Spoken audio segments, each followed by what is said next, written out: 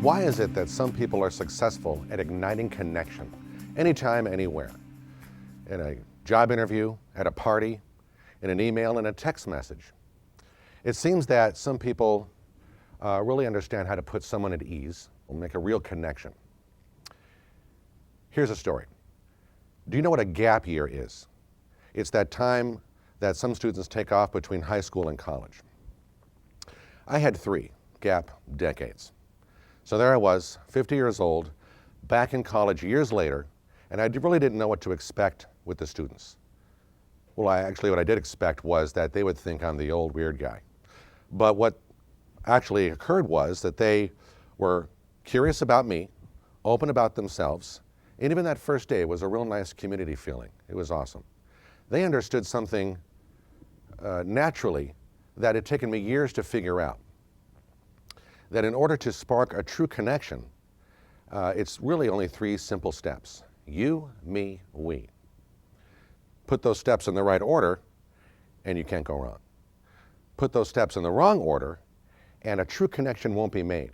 You won't make as good of a first impression. And you know what they say about first impressions, they're everything. That's actually all very scientific. There's something about 2 areas of the brain and blah, blah, blah, but the easy, authentic way begins with empathy. Acknowledge them first to build trust, then relate to draw them in, and then people will want to collaborate. That little 3-step bridge works for everything. It's more genuine. It's also more genuine in all areas of our life. Business, relationships, and even parenting. Here's how it works with parenting. My wife and I are parents of 2 adult children. And we spent the countless hours, weeks, months, the years getting to know their hearts, minds, and soul. Day in and day out.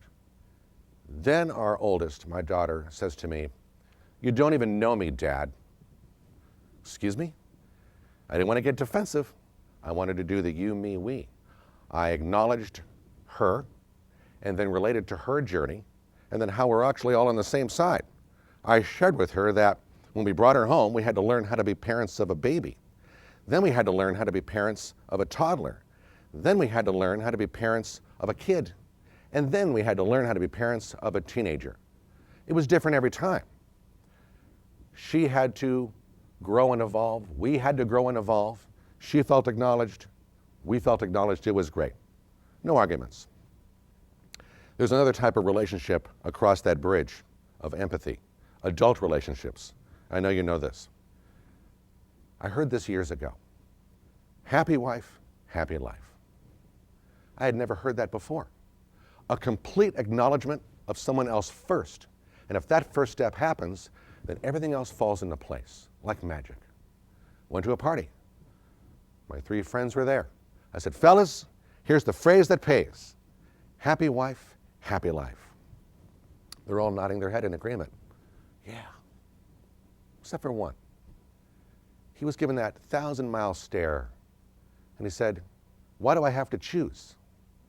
I said, "It's not a choice. You're not choosing whether it's happy wife or a happy life. It goes together. It's the same thing. She's happy, you're happy, we're all happy." Needless to say, fast forward years later, we're all still married, except for Mr. Why do I have to choose? There's another relationship that also falls apart or can't even begin. Business relationships, networking, literally making a career out of making friends with strangers. You've got to put the empathy step first. You've got to do the you, me, we. Tell me if this sounds familiar. Hi, nice to meet me. Let me tell you all about me.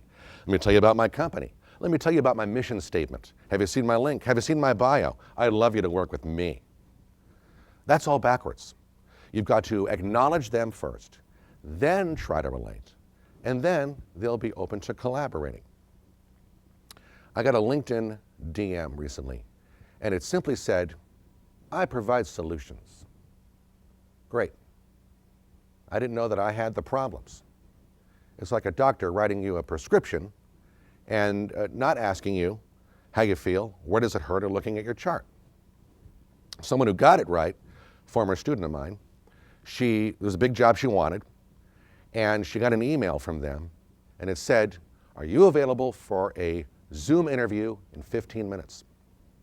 After she initially freaked out, she remembered what I taught her. You, me, we.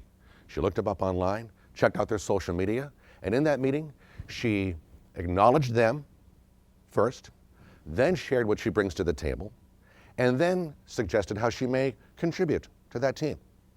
She went from a typical prospect to a potential partner just by walking over that bridge of empathy, right into a new position. It was beautiful. It is amazing how sparking a true connection can affect everything, personal and professional, by acknowledging them first, then relating, then trying to collaborate. Oprah Winfrey gave the 2013 Harvard commencement address.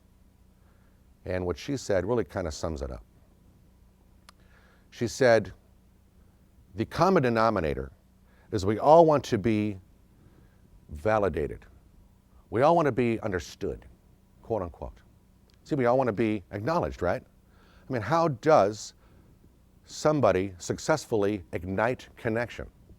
It's because they look for that bridge of empathy, take the right steps in the right order. So as you and I look to take our bridge into the future with each other, if you step on that bridge first, then followed by me, we will have a genuine connection. Thank you.